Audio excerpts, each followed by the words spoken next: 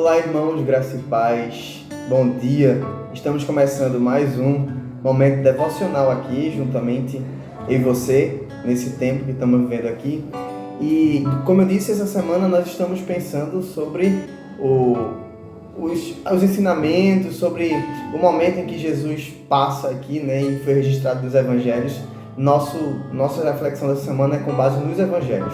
E hoje, especialmente, nós vamos pensar sobre um sermão muito conhecido de Jesus, o Sermão do Monte, que está lá em Mateus 5.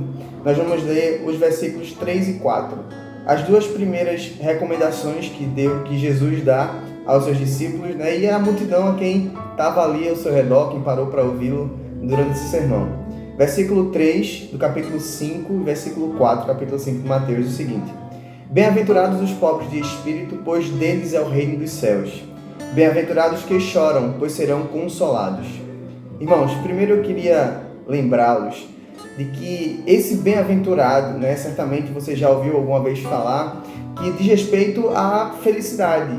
Bem-aventurado, ou seja, feliz é aquilo, né?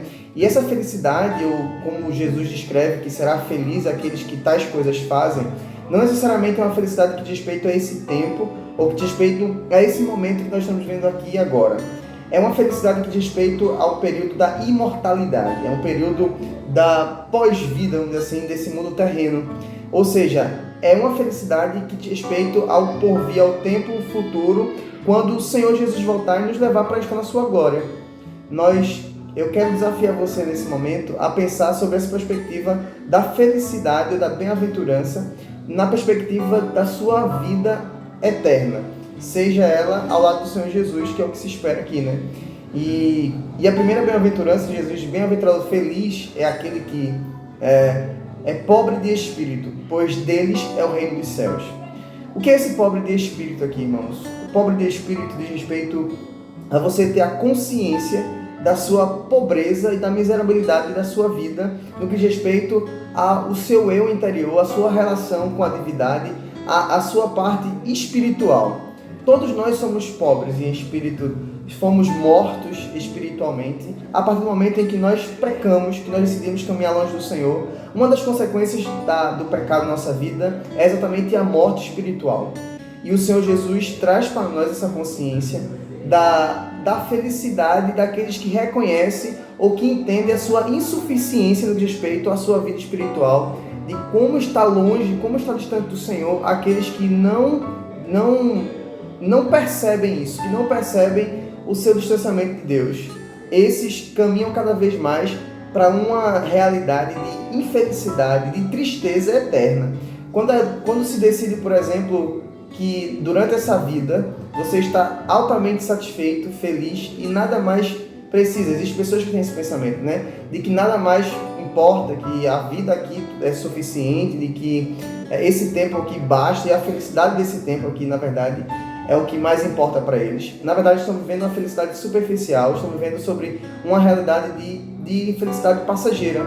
E quantas vezes na nossa vida nós baseamos a nossa felicidade, nós baseamos a motivação da nossa vida naquilo que é terreno, naquilo que é daqui, naquilo que é desse tempo corrupto do pecador. Nós precisamos imediatamente, irmãos, todos os dias, né, mudar essa chave.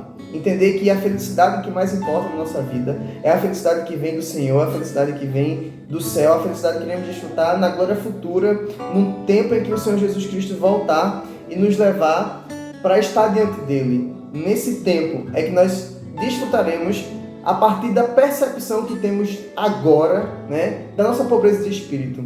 Porque se hoje eu percebo que sou pobre de espírito, eu entendo que eu preciso enriquecer o meu espírito.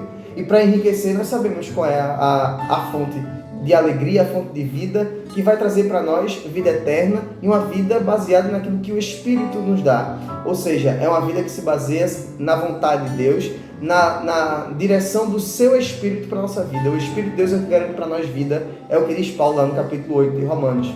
E aí, o primeiro desafio do Senhor, quando diz assim, bem-aventurados os pobres de espírito, porque dele é o reino dos céus. Jesus está dizendo, bem-aventurados são aqueles que reconhecem a necessidade que há na sua alma de um Deus que é capaz de mudar a sua morte espiritual e trazer e dar a ele vida e vida em abundância.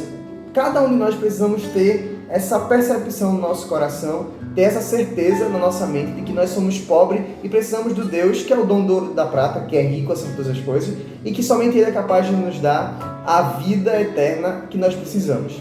A segunda bem-aventurança que é apresentada para nós é o seguinte: bem-aventurados que choram, pois serão consolados. Em um tempo, irmãos, de dores, em um tempo de dificuldade, em um tempo de tanta desgraça, um tempo de tanta tragédia que temos visto, de tanta infelicidade, desesperança e incerteza, o choro talvez seja algo bem presente na nossa vida. O choro de angústia, o choro do medo, o choro da falta de segurança. Cada um de nós temos coisas a lamentar, com certeza. Mas o Senhor Jesus é aquele que garante para a gente que bem-aventurados são aqueles que choram, pois serão consolados. E quem é que vai nos dar essa consolação, irmãos? A gente sabe que uma das funções do Espírito Santo de Deus, como o próprio Jesus disse para nós em João 14, é de consolar aquele que virá sobre a nossa vida como um consolador. E eu quero desafiar você a entender essa sua relação com Deus a partir daquele que é o consolador da sua vida. O Espírito Santo de Deus, que é deixado para nós como sendo o Deus presente, o Deus que habita em nós, o Deus que direciona a nossa vida, esse tem para nós a função de consolador. Portanto, se choramos, mas com a certeza de que o nosso Deus nos consolará através do seu Espírito Santo. São bem-aventurados que choram e serão consolados, porque aqueles que choram, principalmente por permanecer fiel ao Senhor, que passa por dias difíceis, por permanecer fiéis à vontade de Deus, esses serão consolados, porque o próprio Deus garante para nós que a sua presença na nossa vida é um sinal do consolo.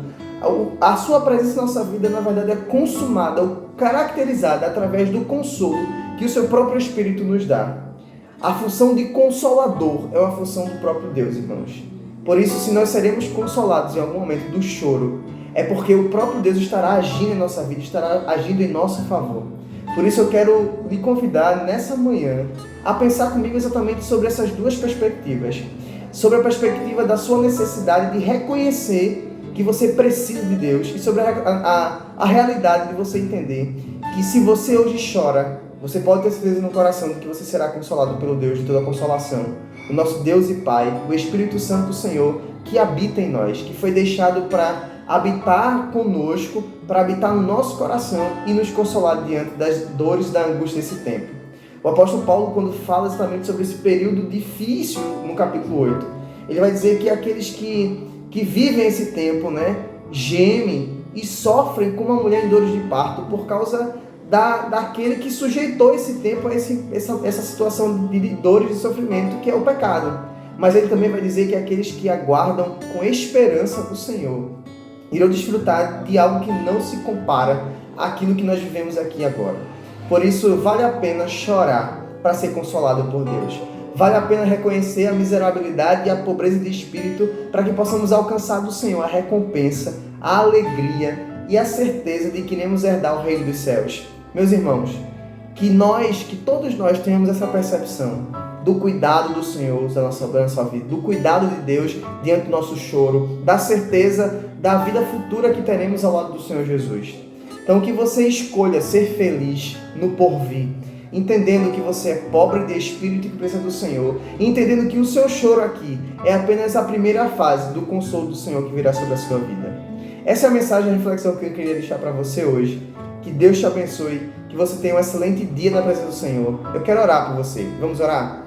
Senhor Deus e Pai, muito obrigado, Senhor, porque durante esse dia nós sabemos que o Senhor continuará sobre a nossa vida. Nós sabemos também, ó Deus, que durante esse dia poderemos passar por situações conflitantes, que podem nos fazer chorar, que podem nos fazer, ó Deus, perceber que somos pobres e miseráveis. Mas a nossa alegria, Deus, é saber que essas são características daqueles que irão desfrutar da alegria eterna que o Senhor tem preparado para cada um de nós, ó Deus. Nos dá o prazer no coração de poder se alegrar com aquilo que o Senhor preparou para nós, de perceber que a nossa felicidade, a nossa alegria não está aqui agora, mas está no porvir, naquilo que o Senhor fará sobre a nossa vida, Deus. Muito obrigado, Deus, porque o Senhor nos dá essa certeza de que os pobres irão alcançar o reino e de que os que choram serão consolados, ó Pai. Nos ajude a ter essa percepção e a lembrar sempre disso. Que o Senhor seja o Deus de paz, o Deus de toda a consolação na nossa vida, Deus. É assim que eu oro ao Senhor, agradecido e confiado em nome de Jesus. Amém, amém e amém. Muito obrigado, Deus, por tudo. Muito obrigado por esse dia. É assim que eu oro, Deus, em nome de Jesus. Amém. Fique na paz do Senhor, meu irmão, e tenha um excelente dia na presença do Senhor. Que Deus te abençoe. Bem-aventurados os pobres de espírito, bem-aventurados aqueles que choram, bem-aventurados aqueles que são mansos, bem-aventurados os que têm fome de justiça, porque deles é o reino, serão consolados, herdarão a terra, serão saciados. Deles é o reino, serão consolados, herdarão a terra, serão saciados.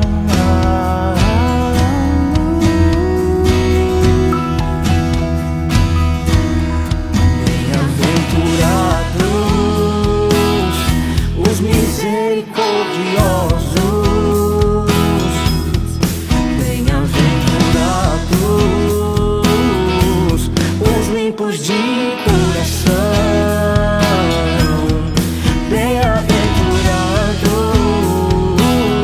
os pacificadores, bem-aventurados os que sofrem por justiça, pois terão misericórdia.